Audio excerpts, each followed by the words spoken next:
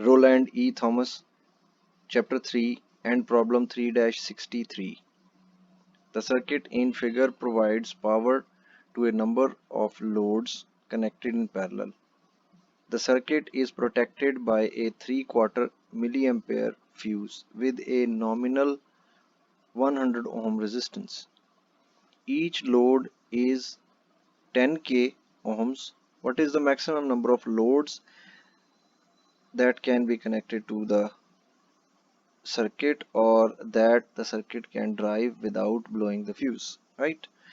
तो इसमें अब ये कहना वो ये चाह रहा है, पहले तो एक यहाँ पे करेक्शन है, बुक में ही ये गलती है, वहां से ठीक कर लें।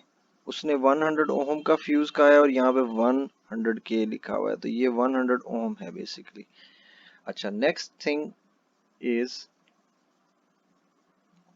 यहाँ पर ये जो सिंबल है ये फ्यूज का सिंबल है, ठीक है जी। ये वाला जो सिंबल है इसको और से देखें, ये फ्यूज का सिंबल है और वो कहता है कि यहाँ पैरेलल में हमने मल्टीपल 10 किलो ओम की रेजिस्टेंसेस लगानी है। पहली रेजिस्टेंस जब लगाएंगे तो इस पॉइंट से आगे, इस पोर्ट से आगे 10 किलो ओम रेजिस्टेंस होगी। अगर हम दो लगा देंगे तो वो हाफ हो जाएगी, 10 की दो लगाएंगे तो वो 5 की हो जाएगी, जब चार लगाएंगे तो वो क्वार्टर हो जाएगी। तो जैसे जैसे रेजिस्टेंस कम होती जाएगी करंट बढ़ता जाएगा। हमने ये बताना है कि एक लगाएं, दो लगाएं, तीन लगाएं, कितनी लगाएंगे तो करंट जो है वो 3/4 मिली एम्पेयर से ज्यादा हो जाएगा। जाहिर है कि फ्यूज तभी बर्न होगा। तो इस क्वेश्चन को करने के लिए हमने क्या करना है कि हमने इस लोड पॉइंट को अलहदा कर देना है और हमने बाकी सारे का थेवेनिन इक्विवेलेंट और थेवेनिन रेजिस्टेंस फाइंड करनी है, ठीक है जी।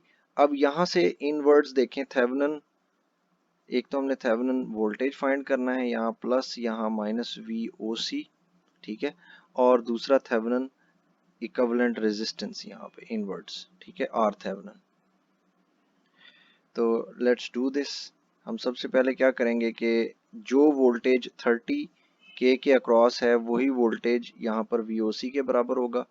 तो this will be VOC is equals to 30/40 into 8. So this is 6 volts, right. तो ये हमें VOC मिल गई। अब हमने थेवेनिन इक्विवेलेंट के लिए क्या करना है कि इस वोल्टेज सोर्स को अगर हम शॉर्ट कर देंगे तो, जो कि मैं अभी यहाँ पर रिमूव नहीं करूँगा, सिंपली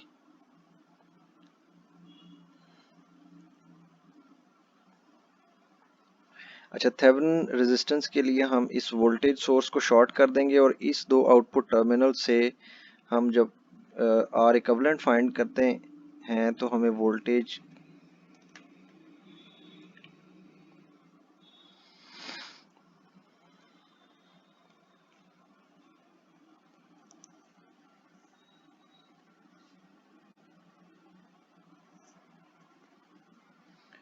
ओके जी, थेवेनिन रेजिस्टेंस फाइंड करने के लिए हमने इस वोल्टेज सोर्स को रिमूव कर देना है और इसको रिप्लेस कर देना है एक शॉर्ट सर्किट से, ठीक है।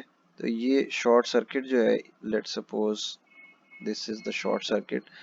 अच्छा, अब हमने देखना यह है कि ये दोनों रेजिस्टेंसेस, ये 10k की और 30k की जो रेजिस्टेंस है, ये दोनों आपस में पैरेलल हैं, ठीक है। इनका parallel combination 2.5k plus 100 ohms के साथ सीरीज में है, ठीक है।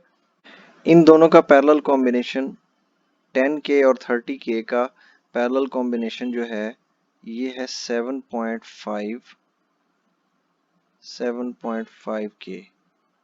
इसके साथ 2.5k ऐड करेंगे तो ये 10k हो जाएगा और उसके बाद 100 ohms means 0.1k. So the R Thevenin will be equal to 10.1 kilo ohms, right? तो अब यहाँ पर देखते हैं कि जो हमने VOC फाइंड किया है ये 6 वोल्ट है और R Thevenin जो हमने फाइंड किया है ये 10.1 किलो ओम्स है। अब मैंने इसके साथ एक जब 10k की रेजिस्टेंस लगाई, 10 किलो ओम की एक, तो इसमें से करंट कितना गुजरेगा?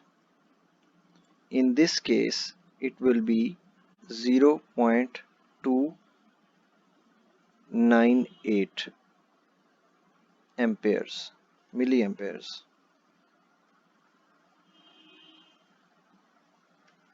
ठीक है, अब यहाँ पर याद रहे कि 3/4 का मतलब होता है 0.75 मिली एम्पेयर। अब हम क्या करते हैं कि इसके साथ ये वाली जो करंट है इसको, ये तो अभी एक्सीड नहीं हुआ, तो हम दो रेजिस्टेंसेस पैरेलल में लगा देते हैं।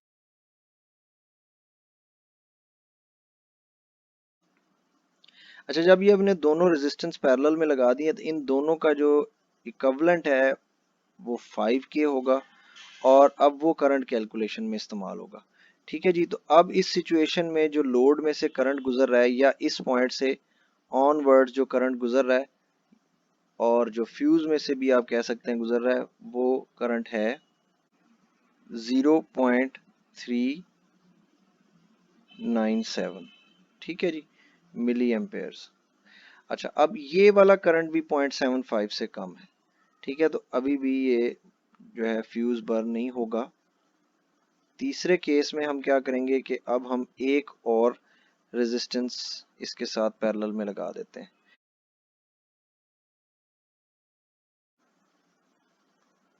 अब इन तीनों का जो पैरेलल कॉम्बिनेशन है उसका इक्विवेलेंट जो है वो होगा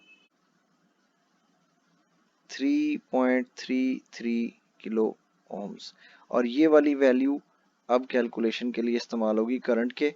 तो इस सिचुएशन में जो करंट है वो है 6 divided by 13.4333। The current value is 0.446, 0.446 milli amperes. अच्छा, यहाँ पर एक चीज नोट करें कि अगर हम infinite number of resistances parallel में लगा देते हैं, ठीक है, और ये वाला जो रेजिस्टेंस की वैल्यू कम होते होते होते जीरो की वैल्यू तक भी पहुंच जाए, तो फिर भी इसमें से जो करंट गुजरेगा वो 6.6 मिली एम्पेयर से ज्यादा नहीं हो सकता। ठीक है, यानी कि ये पूरी रेजिस्टेंसेस शॉर्ट हो जाएं, 10K की रेजिस्टेंसेस ना भी लगी हों, तो फिर भी इस सर्किट में से करंट गुजरेगा 6 डिवाइडेड बाय 10.1, 6 डिवाइडेड बाय 10.1, और वो है जी 0.59। दैट मीन्स कि अगर हम 1K की जितनी मर्जी रेजिस्टेंसेस लगाते जाएं, फ्यूज बर्न नहीं होगा। This is all for this question.